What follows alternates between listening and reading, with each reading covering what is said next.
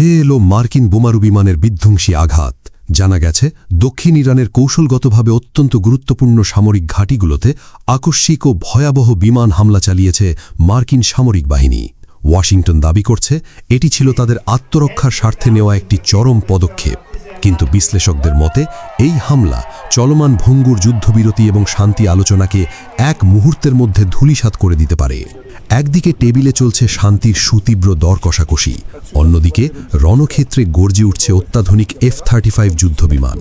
মার্কিন central command সেন্টকমের পক্ষ থেকে এক বিবৃতিতে জানানো হয়েছে, দক্ষিণ ইরানের বন্দরনগরী বন্দর আব্বাসের কাছে ইরানি মিসাইল সাইট এবং হরমুজ প্রণালীতে মাইন পাতার চেষ্টায় থাকা স্পিড বোটগুলোকে লক্ষ্য করে এই নিখুঁত হামলা চালানো হয়।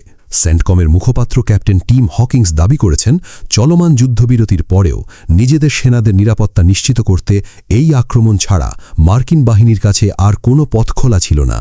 এদিকে আক্রান্ত বন্দরনগরী বন্দর আব্বাসে যখন মার্কিন বোমারু বিমানের বিকট শব্দে একের পর এক বিস্ফোরণ ঘটছিল, তখন সাধারণ মানুষের মাঝে ছড়িয়ে পড়ে চরম আতঙ্ক।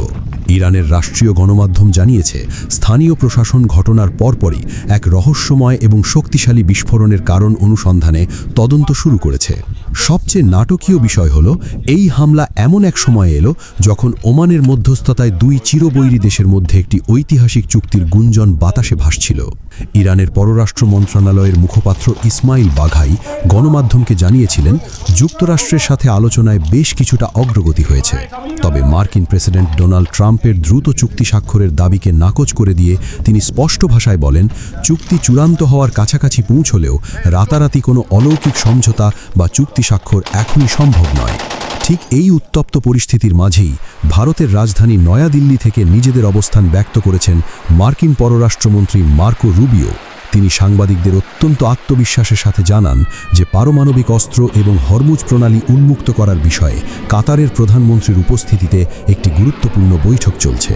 রুবিও ইঙ্গিত দিয়েছেন যে প্রেসিডেন্ট ট্রাম্প হয় একটি দুর্দান্ত চুক্তি করবেন, না হয় আলোচনার টেবিল থেকে চিরতরে উঠে যাবেন, যার অর্থ দাঁড়ায় আগামী কয়েকটা দিন গোটা বিশ্বের ভূ রাজনীতির জন্য অত্যন্ত অগ্নিগর্ভ হতে চলেছে। তবে এই শান্তি আলোচনার গতি স্লোথ হয়ে যাওয়ার পেছনে মার্কিন গোয়েন্দা সংস্থা CIA এক চাঞ্চল্যকর ও নাটকীয় তথ্য ফাঁস করেছে। গোয়েন্দা রিপোর্টে দাবি করা হয়েছে, যুদ্ধের প্রথম দিন ইসরায়েলি হামলায় আহত হওয়া ইরানের বর্তমান সর্বোচ্চ নেতা মোস্তফা খামেনি এই মুহূর্তে সম্পূর্ণ গোপন এবং অজ্ঞাত এক বাংকারে আছেন। নিজের দূতদের সাথে তার সরাসরি যোগাযোগের এই বিচ্ছিন্নতাই মূলত শান্তি চুক্তি স্বাক্ষরের প্রক্রিয়াকে দিনের পর দিন ঝুলিয়ে রাখছে এবং মাঠ পর্যায়ের কমান্ডারদের বিভ্রান্ত করছে। এই রক্তক্ষয়ী সংঘাতের মূল কেন্দ্রবিন্দুতে রয়েছে ইরানের প্রায় 440 কেজি অত্যন্ত উচ্চ মাত্রা সমৃদ্ধ ইউরেনিয়াম, যা দিয়ে যে কোনো মুহূর্তে তৈরি হয়ে যেতে পারে কয়েকটি আস্ত পারমাণবিক বোমা। মার্কিন প্রেসিডেন্ট ডোনাল্ড ট্রাম্প হুঙ্কার দিয়ে বলেছেন, ইরানকে হয় এই ইউরেনিয়াম যুক্তরাষ্ট্রের হাতে তুলে দিতে হবে, না হলে যৌথভাবে তা মাটির সাথে মিশিয়ে ধ্বংস করতে হবে।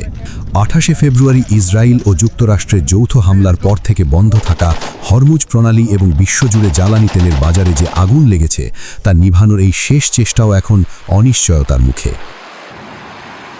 সকল জল্পনা কল্পনা অবশেষে সত্যি হল। ইরানে আবারও হামলা চালিয়েই বসল মার্কিন যুক্তরাষ্ট্র। দীর্ঘ 6 সপ্তাহেরও বেশি সময় ধরে চলা যুদ্ধবিরতির মাঝেই ইরানে হামলা চালালো যুক্তরাষ্ট্র। এবার কি শুরু হবে মহাপ্রলয়? আবারও পূর্ণাঙ্গ যুদ্ধে লিপ্ত হবে ইরান ও যুক্তরাষ্ট্র? তাহলে কি পরিণতি হতে চলেছে ইরান ও যুক্তরাষ্ট্র পরিস্থিতির? যুক্তরাষ্ট্রের সেন্ট্রাল কমান্ড বা সেনকম এক বিবৃতিতে জানিয়েছে, ইরানের দক্ষিণাঞ্চলে বিভিন্ন লক্ষ্যবস্তুতে হামলা চালিয়েছে মার্কিন বাহিনী।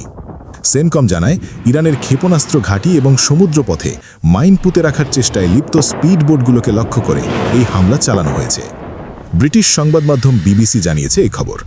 সেনকম আরও জানায়, আত্মরক্ষা এবং ইরানি বাহিনীর হুমকি থেকে মার্কিন সেনাদের সুরক্ষার জন্য এই পদক্ষেপ নেওয়া হয়েছে। সেনকমের মুখপাত্র ক্যাপ্টেন টিম হকিন্স বলেছেন, চলমান যুদ্ধবিরোধী নীতি বজায় রেখে এবং সর্বোচ্চ সংযম প্রদর্শন করে মার্কিন বাহিনীর প্রতিরোধ জারি রেখেছে। দ্য নিউ ইয়র্ক টাইমসের প্রতিবেদনে বলা হয়েছে, ক্যাপ্টেন হকিন্স নিশ্চিত করেছেন যে হরমুজ প্রণালীর কৌশলগত বন্দরনগরী বন্দর আব্বাসের কাছে এই হামলা চালানো হয়। এই উপকূলীয় শহরটিতে ইরানের একটি বড় নৌ ঘাঁটি রয়েছে। এর আগে ইরানে একটি রাষ্ট্রীয় গণমাধ্যম জানিয়েছিল, বন্দর আব্বাসে বিকট বিস্ফোরণের শব্দ শোনা গেছে। স্থানীয় প্রশাসন বিষয়টি খতিয়ে দেখছে। ইরানের ওপর যুক্তরাষ্ট্র পুনরায় এমন এক সময় হামলা চালালো যখন ইরান ও যুক্তরাষ্ট্রের মাঝে শান্তি আলোচনা চলমান রয়েছে। সম্প্রতি ইরানের পররাষ্ট্র মন্ত্রণালয়ের মুখপাত্র ইসমাইল বাঘাই জানান, ওয়াশিংটনের সঙ্গে শান্তি আলোচনায় কিছুটা অগ্রগতি হয়েছে এবং বিভিন্ন আন্তর্জাতিক প্রতিবেদন বিভিন্ন সূত্রের বরাত দিয়ে জানায়, শান্তি আলোচনা অনেক দূর এগিয়েছে, যে কোনো মুহূর্তে চুক্তিতে পৌঁছাতে পারে উভয় পক্ষই। এই হামলার বিষয়ে ইরান থেকে এখন অবধি কোনো আনুষ্ঠানিক প্রতিক্রিয়া পাওয়া যায়নি। তবে হামলার ফলে দুই দেশের মধ্যে সম্ভাব্য শান্তি চুক্তির ভাগ্যে কী ঘটতে যাচ্ছে তাও এখনও স্পষ্ট নয়। একই সাথে ইরান ও যুক্তরাষ্ট্র কি পুনরায় সংঘাতে জড়ায় কিনা সেটাও এখন বড় চিন্তার বিষয়। বিশ্লেষকদের মতে ইরানের ওপর পুনরায় মার্কিন হামলা পুরো পরিস্থিতিকে আবারও এক ভয়াবহ সংঘাতের দিকে নিয়ে যেতে পারে। ইরানও যদি তার পূর্ব ঘোষণা অনুযায়ী এর সামরিক জবাব দেয়া শুরু করে, তবে এই পুরো পরিস্থিতি মোড় নিবে এক ভয়াবহ যুদ্ধে। আরে ঈদ লাগছে মনে, খুশির জোয়ার সবখানে। আরে ঈদ লাগছে মনে, বিকাশ পেমেন্ট সবখানে। বিশ্লেষকরা আরও বলছেন, ইরানের উপর নতুন করে মার্কিন হামলা যুক্তরাষ্ট্রের এক ধরনের চাপ প্রয়োগের কৌশল হতে পারে। মূলত দেশটিকে আলোচনাতে যুক্তরাষ্ট্রের দাবি মানতে বাধ্য করাতেই এই হামলা হতে পারে বলেও জানান বিশ্লেষকেরা। তবে ইরান এর প্রতিক্রিয়া কিভাবে জানায় তা নির্ধারণ করতে পারে পরিস্থিতি সত্যিকার অর্থেই কোন দিকে এগোবে।